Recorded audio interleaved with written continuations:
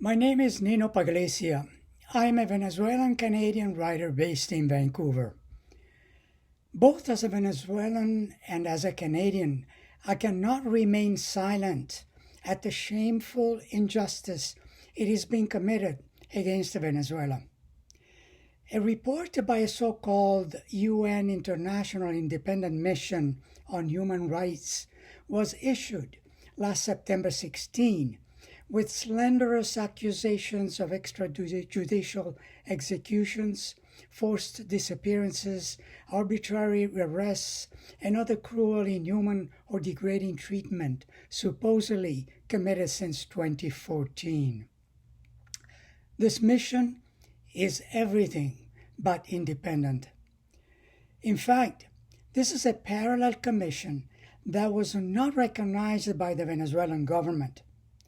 Venezuela is already working in coordination with the Office of the High Commissioner for Human Rights, which has an office recently opened in Venezuela. This parallel commission is using a self-appointed authority that can only be interpreted as a politically motivated action on behalf of the United States and other entities aligned with it, including Canada.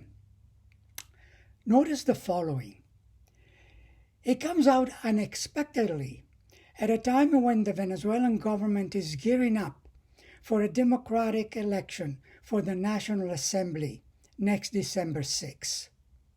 This is a political move intended to invalidate an electoral process that the same entities are already interfering with in order to undermine the legitimate government of Nicolas Maduro.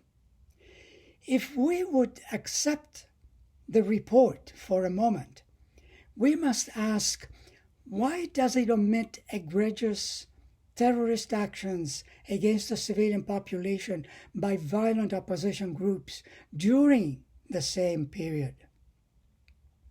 The report speaks of arbitrary detentions of individuals for their political affiliation.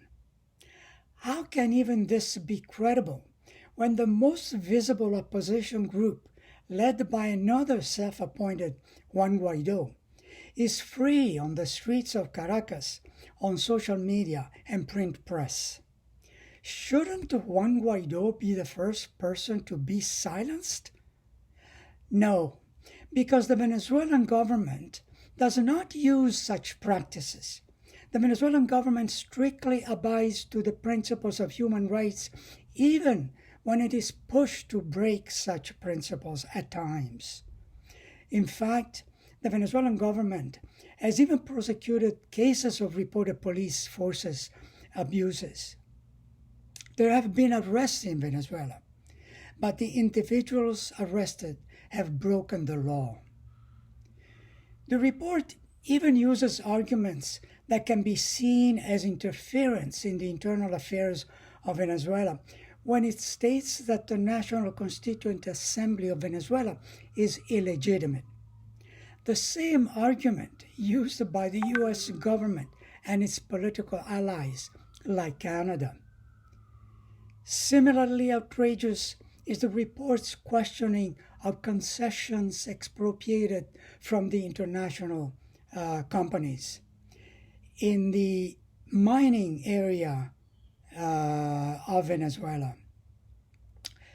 What is the business of a so-called Human Rights Commission to include such a statement, particularly when it concludes, and I quote, "The mission was unable to investigate the numerous violations due to time and resource constraints," end quote.